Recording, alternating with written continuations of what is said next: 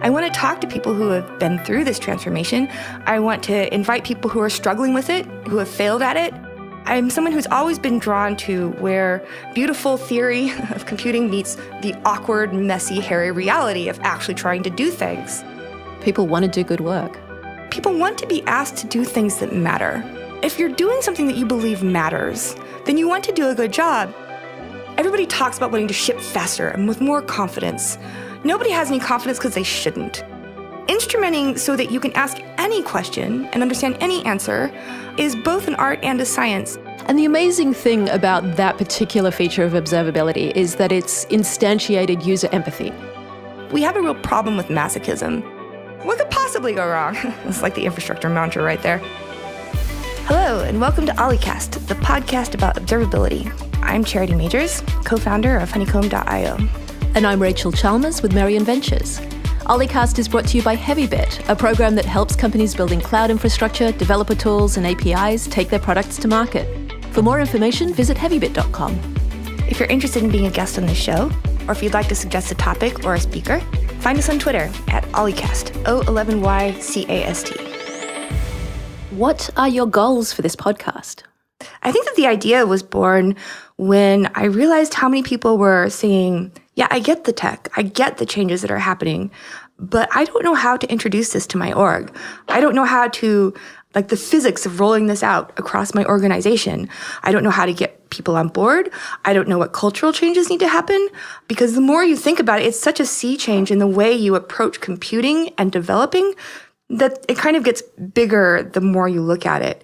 And so I really just wanted to hear people's stories, I want to talk to people who have been through this transformation. I want to invite people who are struggling with it, who have failed at it. I personally only learn through other people's stories and pain, so I thought it would be a good idea to listen to them. I also really just want us to get inspired. Now that I have a company, I find that people don't trust my word as much as they used to, there are some topics that if I talk about databases, they're like, yeah, sure, fine. But if I'm talking about observability, they're like, well, you have something to sell. And they're not wrong, Yeah. They're not wrong. So I want to bring some more credible voices in because some of the claims that we make are kind of fantastic. Yes. We're saying things that have never been possible before are now possible. And more than that, they're trivial, they're easy, which is always something that makes you kind of cock your head and go, what are you trying to sell me? But I believe that the transformation really is that large and that worth investing in. I feel like as an engineer, if you're asking me to learn an entirely new system, a new language, a new community, a new tool, it has to be at least 10x better than my old one. At least 10x. At least. And this is, but it's also never trivial when it's that large of a change. So I just think that it's time to start collecting those stories and talking about them. Great. Feels like a good time for us to introduce ourselves. It does. I'm Rachel Chalmers. I'm with Merian Ventures. I'm an investor in Charity's company, Honeycomb. Yay. I'm Charity Majors. I am the CEO and co-founder of Honeycomb. My history is kind of polyglot, but very operationally focused. I've been an early or first engineer on the infrastructure side repeatedly. I was at Linden Lab back in the crazy days of Second Life. I went to a couple of small startups that they were very different from each other after that. And then I landed at Parse, where I was the first infra engineer. I was there. I built the systems. I then switched to management at some point and built the teams. I was there through the Facebook acquisition. And I'm someone who's always been drawn to where beautiful theory of computing meets the awkward, messy, hairy reality of actually trying to do things. And that's what brings me to Honeycomb. My career path has been oddly parallel, but also extremely different. I'm a failed English professor. I got more interested in the computer science department than the English literature department at the school where I did graduate studies.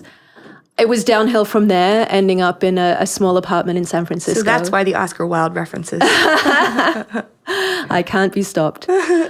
I ended up joining together with a group of friends and becoming employee number 10 at an industry analyst company called 451, where I built the infrastructure practice. Oh, wow. So I basically told stories about infrastructure. I was the first analyst to cover some companies you might have heard of, like VMware and Cloudera and Splunk. And we sold a lot of our research to investors. So eventually an investor took a punt on me, decided to give me a crack at actually putting my money where my mouth was. I spent 4 years at one investment firm where I invested in Wit.ai, which got sold to Facebook, and Doco, and moved on from that gig to a new gig where I'm investing in infrastructure companies majority owned by women, which is a whole nother story. Awesome. But one thing that really became apparent to me in the course of talking to probably 12 or 1,300 startups by now is that infrastructure is highly, highly leveraged. The decisions that people make about infrastructure software reverberate for many years, much longer than decisions about applications. Mm-hmm. And if I wanted to have an outsized impact in the work that I did, the infrastructure layer was the place to do it. I've always said that the lower you go in the stack, the more powerful you become, which is, it's somewhat tongue-in-cheek, but there's a great feeling to be powering the thing that everything else rests on. It's an invisible dependency. When you're doing your job well, nobody knows you exist. And it comes back to what you said about the hairiness of computing. I think one thing that frustrates me about the tech industry as a completely unreconstructed 90s tech idealist is how far we fall short of the promises that we've made. And there's no real technical reason why we can't keep those promises. The limitations are all human factor. The limitations are all cultural. And so one of the things that I've become increasingly passionate about over the years is trying to, not even to change the culture of technology, but trying to get people to actually walk the walk. Everyone talks a good talk here. I look at it like it's so much easier to, instead of shutting people down saying, stop doing this, stop doing that, stop doing this, it's like telling somebody, stop eating candy, stop eating cake. It doesn't work. What does work is giving somebody something exciting that's better that they can do. And because I'm a massive nerd, it ties into my huge interest in policy, public policy, and game theory, where you can incent the right kinds of behavior without coercing people. Take all, but you actually make it a collaborative outcome. Exactly. These things don't have to be you were a winner before and now you're a loser. It can be we all win together. We have the power. And so let's talk specifically about observability. We've talked a lot about infrastructure. What's the narrative arc of a life that ends in hosting a podcast about observability specifically? Yeah. Well, it comes from a lot of failure. What was it that Winston Churchill said about the United States? They always do the right thing eventually when they've exhausted all the alternatives. I feel like this is like how we've arrived at everything we know about distributed systems, right? He also said that democracy was the worst of all possible systems of government, except for all of the others. Yes, exactly. And that's very much how I feel about observability too. It's kind of like an ambition of defeat in a way. When it comes to predicting what problems you're going to have. I've been doing ops for years, and the pattern has been you look at a system, you size it up, it got built, it's beautiful, it's about to start serving traffic, and you're like, how should I monitor this thing? What problems am I going to have? And then you write a bunch of checks, you generate a bunch of graphs, and then the site gets turned on, and if you're lucky, you could predict most of them, but inevitably you can't predict a lot of them. And the balance between known unknowns and unknown unknowns is swinging hard. Yes. When you were building a LAMP stack to serve an e-commerce website, cool. You can download like pre-generated Postgres or MySQL. There's a lot of baked stuff because all of these systems were very much alike. Now, they're spaghetti. They're just fucking spaghetti all over the place. And components, like you may have half a dozen different data stores, half of which are cutting edge, by which I mean completely broken. And you're gluing this together with, routers that you read about in Hacker News because it seemed like a good idea at the time, or you didn't, somebody did. And you just have to come in and make it work. And observability is basically just acknowledging, I can't predict it. I can't. And it's stupid for me to even try because the failures that manifest in a distributed system are like this infinitely long tail of things that almost never happen, except that once they did. Black swans galore. Yes. Or it has to be like 5 different rare conditions that all collide. And you can't stage these. You can't find these in an artificial environment because it relies on real users, real scale, real data, to even find these problems. So how does a life end up doing observability? I'll tell the story at Parse that really crystallized in this. And this that we were getting acquired by Facebook in, 2013? Yeah. And this was about the time that I was coming to the dawning horror of a realization that we had built a system that was effectively undebuggable by some of the best engineers in the world, doing, quote unquote, all the right things. And yet, every day, someone would customer would write in. They'd be like, parse is down. They're very upset. I'm like, parse is not down, motherfuckers. Like, look at my wall of dashboards. They're all green. They're all green. Like, check your Wi-Fi because you're wrong. Computer says no. Computer says no, right? And I'd be arguing with them, which is a dumb thing to do with your users because you're not convincing them that they're not having pain. You're just losing credibility the longer you argue with them about their experience. Like, so eventually I dispatched an engineer, like, go figure out why this app thinks we're down. Like, maybe it's Disney. Maybe they're doing 8 requests per second. And we're doing 100,000 requests per second. Never going to show up in any of my time series aggregates. Ever. It's never going to trigger a monitoring alarm, but like we can be completely down for them. So like engineer would go off, investigate, and come back in hours, if not days, because of the sheer range of possible root causes. And granted, we were doing some crazy stuff, letting people just write their own database queries in MongoDB, upload them, and we just had to run them and make sure that they didn't affect anyone else. Good luck with that. Same for JavaScript, right? You write it, I run it. I can see no problems here. What could possibly go wrong? It's like the infrastructure mantra right there.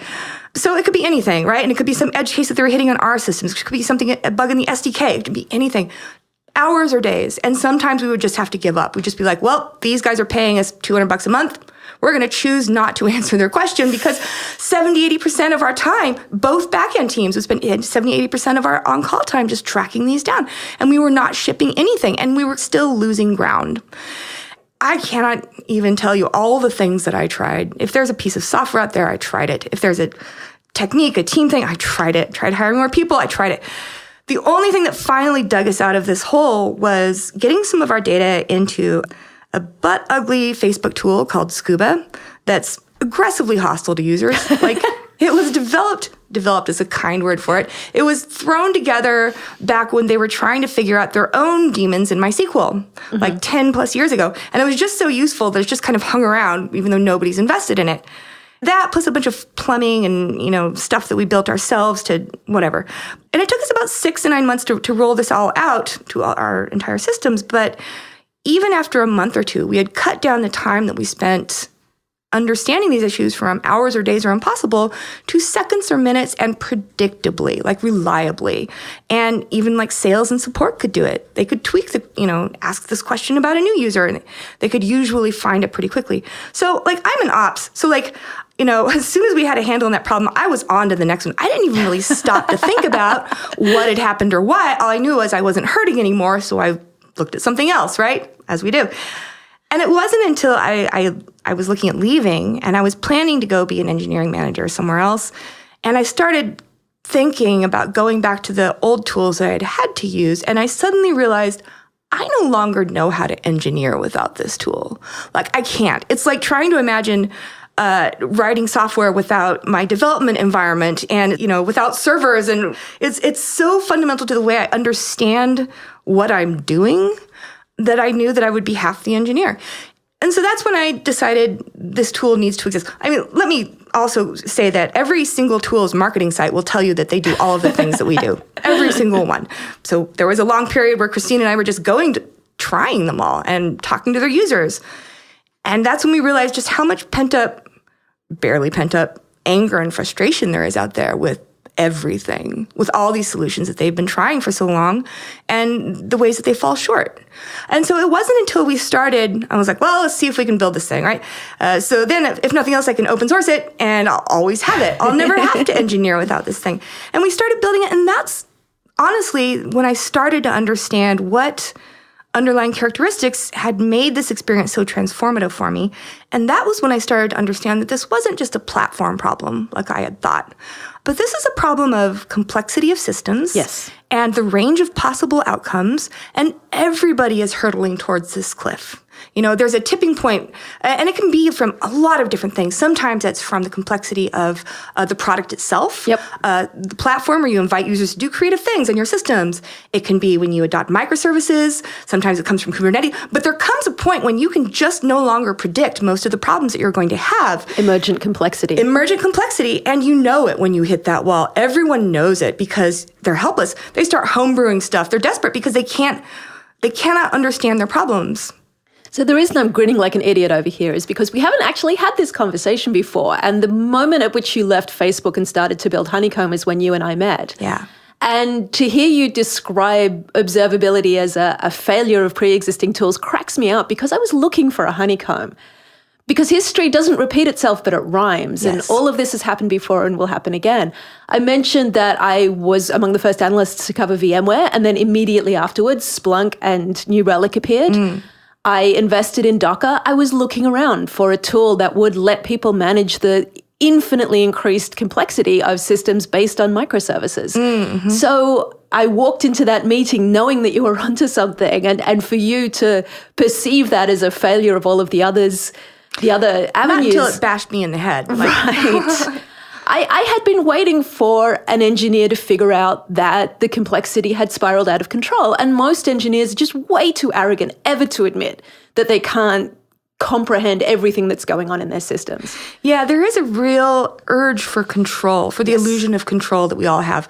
And you look at the sales pitch of every tool, it's like, you just buy this and you will always know what's happening. You never have to think about it. You never have to figure it out. The tool will tell you what to look at.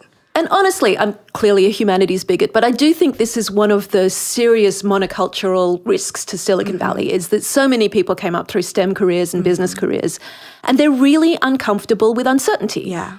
And the real world is full of uncertainty. Yeah. There are the black swan idiom just cracks me up, because I was 23 before I saw a swan that wasn't black. Yeah. Where I come from, all swans are black. I mean, seriously. Well, and when you start talking to engineers, especially if you get them a little drunk, you pick up this rock and suddenly all of the bugs scurry out, and you realize just how many people feel a lot of shame. Yes. Because they know how many of their postmortems they never know the root cause for. Like, they don't know. And nobody wants to admit that, because it makes it sound like you're a bad engineer, you know? Everybody always gets to the root of it immediately, because we're all, incredibly good at what we do. And the shame is horrible, because it means that a lot of what we're building on delusions. Yes. And that is a really strong way to create very weak and flawed software, which is what we're seeing happen. Yes. And shame is a real, we talk about blameless postmortems, but we don't really talk much about shameless processes. Right. Or, not shaming people for not knowing things, for not always being the expert, for not always knowing what to do.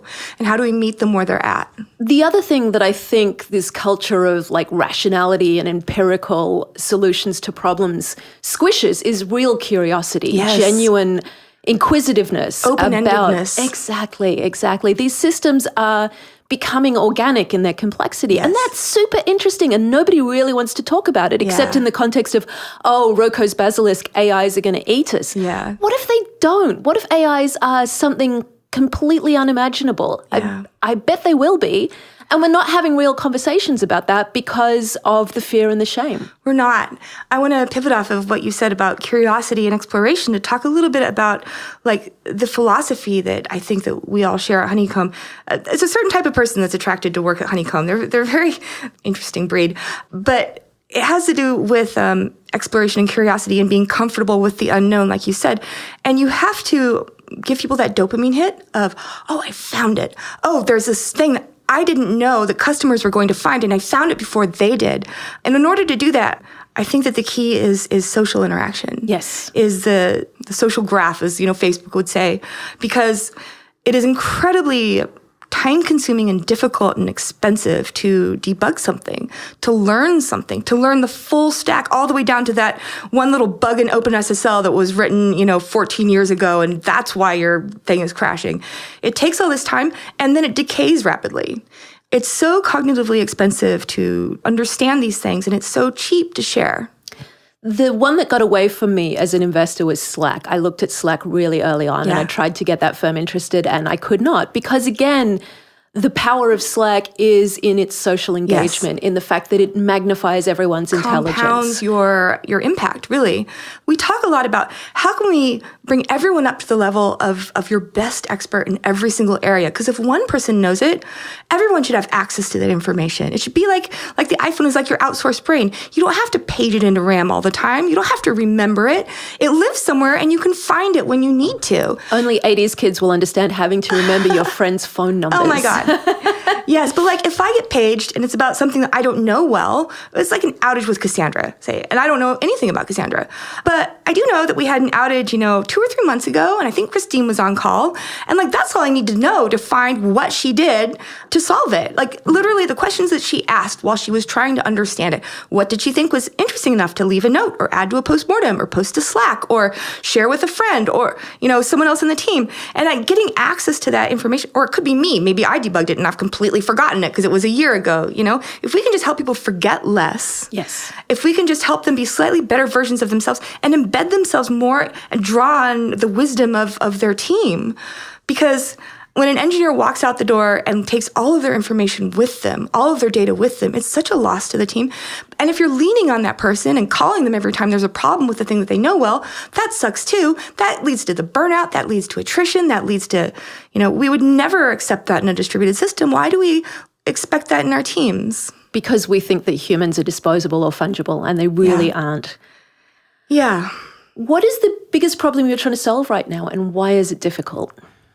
So the biggest problem we're trying to solve right now, it will unsurprisingly not be technical. We're very privileged to have a team where I can literally just hand wave away questions like, okay, we need a new storage engine, we'll just write one. The tech is table stakes. It's always the product questions of how do we make this the thing that people need that they don't know that they need. Like, one of our biggest problems is always that people tell us that they want a faster horse, not a car. If we listen to our users, we would be building better metric systems. Listen, I genuinely want a faster horse, not a car. I know you do, honey. I know you do. I wish I could help you with that. But it's difficult because of path dependency and the fact that the industry has 20 years now of developing monitoring systems where you kind of predict what you want to ask, and you ask the question again and again. You check the expected state to the actual state, and with metrics. And so metrics, you can use the term in two ways. One is just a synonym for data, and the other is like stats-D type metrics, where it's a number, and you have tags that you can append to the numbers. And these are very, very fast, very performant, but they have characteristics. You've stripped away all of the context of that number. You can't link it to anything else in that event, which means that you have no ability to use it for debugging whatsoever. And you can't have high cardinality because of the right amplification of the tags that you've appended to the metric. Every time you write that metric, instead of being fast and cheap, you write the metric and all of the tags, which is very slow, like exponentially slower the more you add. So you're limited in cardinality to the number of tags you can have, which is typically a couple hundred. And when I say high cardinality, definition time, all I mean is, say you have a set of 100 million users. Your highest cardinality information is always going to be in a unique ID, unique social security number, very high cardinality. Very high cardinality, but not the highest, would be first name and last name. Low cardinality would be things like gender. Less low than it used to be. Less low than it used to be, sure, but lower than last name. Yeah. And the lowest of all would be something like species equals human, right? Yeah. So when you think about this intuitively, you know that almost all of the interesting identifying information is very high cardinality. It's in the long tail. It's in the long tail. And, and you cannot have high cardinality when you are using metrics. And people have been told for years at almost every conference that this is impossible. You can't do it. It can't be done. And they're right, you can't do it with metrics because of the way you're storing bits on disk. You can absolutely do it. This is not a hard data problem at all. They've had nice things in BI for years. Like, if BI worked the way systems did, they would start with a few dashboards that represented the possible end stage answers, and they just start flipping through to see which one best matched the question that they were trying to ask. Number of users that converted to blah. That's insane. We would never tolerate that. Instead, they start by asking a small question. Then they look at the answer. Based on the answer, they ask another question, and they follow the breadcrumbs of data where they're leading you. It seems so easy when you think of it that way, and yet we haven't had this in systems land. And so, all of the mental muscles that we would use to follow these breadcrumbs and debug things intuitively don't exist. It is so much easier for us to take a new grad from college and just plop them in front of Honeycomb and they get it immediately. It's harder for someone who's been using metrics and monitoring for 20 years and has baked in all of these assumptions about how they have to ask the question in these weird ways that get around it and don't use any high cardinality. And if you Google high cardinality and metrics, all you find is a bunch of people trying to tell you how not to have these problems. And you can't. Context is also very important. And the wider your event is, the more context you have, the more weird edge cases you can tease out, right? Yeah. So you want an extremely wide event. This is why we had to write our own storage engine. Doesn't exist. It doesn't exist. So That was kind of a long, rambling answer about one of the hard problems, which is just getting people to change their frame. Yes. And understand that they can just ask the question directly, and it's simple and it's easy. This gets back to why we want to have customers on this, and users and people who can talk about having gone through this journey, because it sounds like crazy vendor speak when you're just like, well, you can do this and it's magic and it just works and it's easy. So I'm not credible on this topic. Yeah. There's also trying to convince teams that owning your shit and being on call does not have to be a life sentence. It doesn't have to be miserable. Well, this again comes back to Silicon Valley's devaluing of human labor. Absolutely. Like when you talk to software engineers about being on call, the first thing that comes to mind is all of the suffering that they've seen ops teams undergo and impose on themselves. Like we have a real problem with masochism. Yes. Like, I'm over 30 now. I don't want to get woken up anymore either. Like, you still have a problem with workaholic. I'm just going to say. I do, but that's lifelong. It's fine. But I don't want to get woken up. And I value my time. I value everyone's time. And the fact is that on-call does not have to be miserable. The outcomes are measurably better. Putting people on call who know how to develop the software, we call this software ownership, where the same person has access, builds something, debugs, triages, talks to customers occasionally, has the ability to deploy, roll back, and is on call sometimes. It doesn't say you have to do those things all of the time. It says that you can do these things, you understand how and the value of them. Making that feedback loop short and without a bunch of extra hops means you need an order of magnitude fewer people, honestly. It means that their time is better used. It means that you're not dropping as many packets. It's like a game of telephone. The ops team gets paged and escalates to this other team and who isn't the owner, so they escalate to someone else. And by the time it eventually gets to the person who wrote it, who understands it, or the person who takes the time to debug it, a lot of the context and immediacy is lost. It maybe isn't reported correctly. It's a mess. It's a giant mess. This is why nobody likes these rotations. But it can be so much easier, and it can be so much more empowering to have that ownership and control. My hunch is that this is where the really long-term dividend of observability will come from. This combination of a much more collaborative process and just giving people more agency and autonomy in problem solving. Yes, exactly. And there are safety and security issues. And a lot of people will go, I can't give my software engineers root. Well, this is so that you don't have to give them root. Right. They should not have to log into a machine to debug their code. They should be instrumenting it at the right level of abstraction so that they can ask and answer new questions. Have we even defined observability yet? We have not. Let's define observability. What does observability mean? Well, the term is taken from control theory, as everybody's seen the Wikipedia definition. But applied to software, all that it really means is you can understand the inner workings of a system, the software and the system, by asking questions from the outside. You can understand the inside by asking from the outside without, and this is key, without having to ship new code every time, right? It's easy to ship new code to answer a specific question that you found that you need to ask. But instrumenting so that you can ask any question and understand any answer is both an art and a science. And your system is observable when you can ask any question of your system and understand the results without having to SSH into a machine. One of the analogies that I've been using to convey my enthusiasm to my non-technical friends is that metrics and monitoring up until now have just been a burglar alarm. Observability is closed-circuit TV. Nice.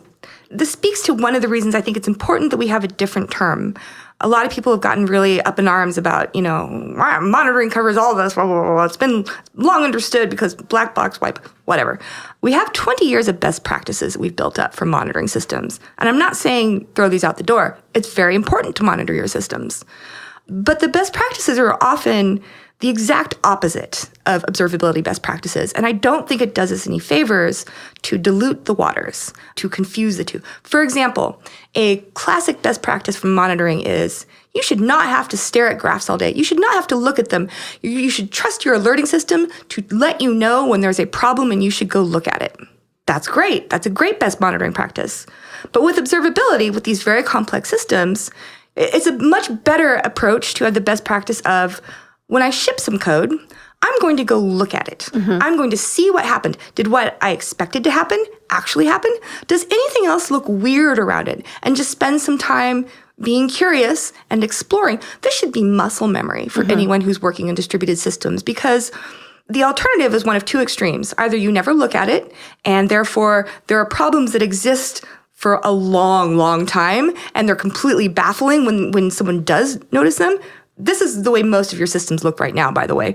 The other extreme is you add a bunch of alerts to everything, and you drive yourselves and everyone else nuts, and your ops team quits, as they should, and you burn yourselves out, or you silence them all, and you never see them anyway, so you've just wasted all that effort. Like, those are your options. So you really need a best practice of just going and looking at it when you've shipped a change to your system. And I feel like observability is, everybody talks about wanting to ship faster and with more confidence. Nobody has any confidence because they shouldn't, because they can't actually look at I think it's insane that we ship code and wait to get paged. That is batshit. Yeah. Wait for it to fail. Wait for somebody to hurt. To fail big enough that it rises to the threshold of one of our alarms. Yeah. That's crazy. It's so much better to just get in the habit of looking at your systems, especially when they're normal. Because if you're not used to looking at your systems when they're normal, you don't actually know what abnormal looks or feels like. And a lot of this is so subtle, and it takes intuition, and it takes, the familiarity of frequently looking at your stuff to see how it behaves under various conditions. That's where the curiosity comes in. Yeah. What is the thing intelligent bystanders most often misunderstand about your work? There are a couple of paired things, like they misunderstand that we are not just like monitoring and that we do not hate monitoring. Neither of those is true. A lot of people still try to think about Honeycomb like it's a time series metrics thing. They try to apply all of the same intuitions, and they ask the questions in the same way. And I think it helps to just learn to visualize like what an event looks like. And you know that not everyone can visualize in multiple dimensions as easily as you can, right? Well, no one's spent as much time on it. I think that the main thing that people misunderstand is that the paradigm shift is real. They've been told that this is impossible and they can't do it. They've been told that it's hard. It's not harder, it's easier because it's actually addressing the problem instead of spackling over it with, all these other tools. Empowering engineers does lead to better services, and it leads to better engineers. The feeling that I had was when I left Facebook, when I was like, I can't live without this, it's because it made me a better engineer. And I didn't want to give that up. People want to do good work. People want to do good work. People want to be asked to do things that matter. Yes. Yeah. And if you're doing something that you believe matters, then you want to do a good job, and you want to have the ability to do your work, the power and the trust to fix what needs to be fixed. There's nothing more frustrating as an engineer than being given, something to do, like a task, not being given enough time to do it well, and then asked to support it, but not given enough time to fix it either. But just to see that the users who want to use it, but it's kind of shitty, so they're complaining about it, but they care, but you're not allowed to do a good job for them, or to not know how to do a good job. And a lot of this comes down to not being able to directly observe it. Yeah. There's this giant black hole that people don't notice is there because they've never seen into it, and just being able to look at what you're doing and to, we talked about, what is a high cardinality field? Well, users, being able to break down by 1 in 100 million users, and then any combination of everything else is how you answer questions from help desk tickets. Users I'm experiencing this.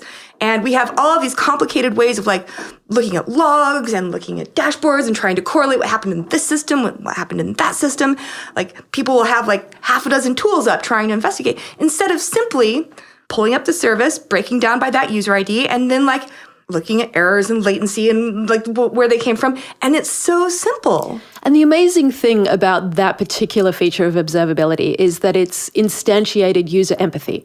You can literally see things from the user's point of view. You can be in their shoes. Yes. Back to the Disney example where I'm check your Wi-Fi. Well, after we got just our edge data set in, I could look and see if they were ever hitting our edge. Yep. And I could tell them confidently in about 2 seconds, you're not hitting our edge. Check your Wi-Fi. And that's not a dick thing to say, you're wrong, check your Wi-Fi. So no, you're not hitting our edge. We're not seeing your traffic. Yeah. Or we are seeing it, and here's the error rate, here's the latency. I'm going to investigate. Click, click, click. Oh, it's coming from this. One of the hardest problems in distributed systems is everything's slowing down a little bit. Why? Especially for a system that loops back into itself, where any single node or service or database like node can slow down the entire thing, and it's circular. So you can't tell where, unless you have observability, and then it's like 2 clicks and every time you can go that one. And once you know where to look, then you can apply all your traditional tools. And right now, the number of systems that really see these kinds of errors is probably in the minority, but all systems are trending that way. That's the other thing that smart people miss, is that this is coming for them too. Yes. Yeah. This is a cliff that they too are likely to fall, unless they are planning on working on something very small forever. But most of us don't aspire to that. We like problems of scale. We like problems of lots of users.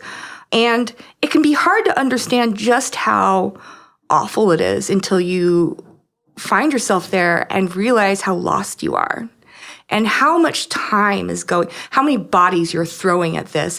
People will try to solve this by hiring outsourcing teams in India to just be like cannon fodder, by like all this training, by like spending incredible sums of money to capture all of their information through like logs, when in fact they're just using the wrong tools, and it doesn't have to be that hard. There's also just the fact that everybody needs to get better at instrumentation. This is no longer optional for anyone. Like, no pull request should ever be accepted without being able to answer, how will I know if this doesn't work? Which is not something that we're used to. This is why I feel like observability-driven development is the next natural extension behind TDD. Yep. TDD was huge for the industry, right? Oh, we developed to match the predicted output of these tests, but TDD stops at the border of your laptop. It does. Stops at the network. And that means it stops before you hit anything real. Throw it into production and you don't really know what's going to happen. You don't have any idea. The only way to do this safely is to test in production. Yeah. And people are scared of that sentence, but they shouldn't be, because they're already doing it. Yep. Whether they admit it or not.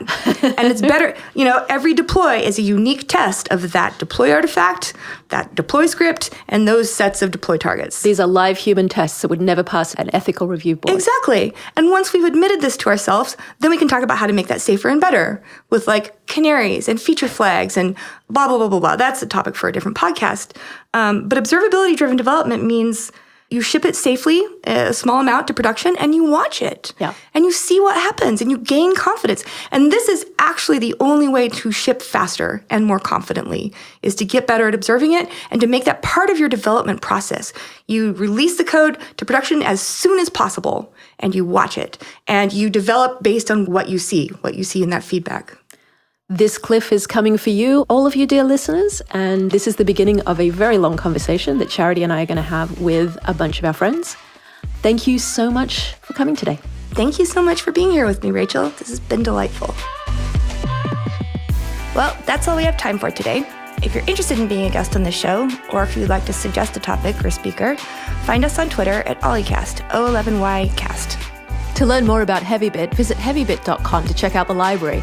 It's packed with amazing talks on sales, marketing, product, and general management from founders of developer tools companies and other industry leaders. Have a lovely day.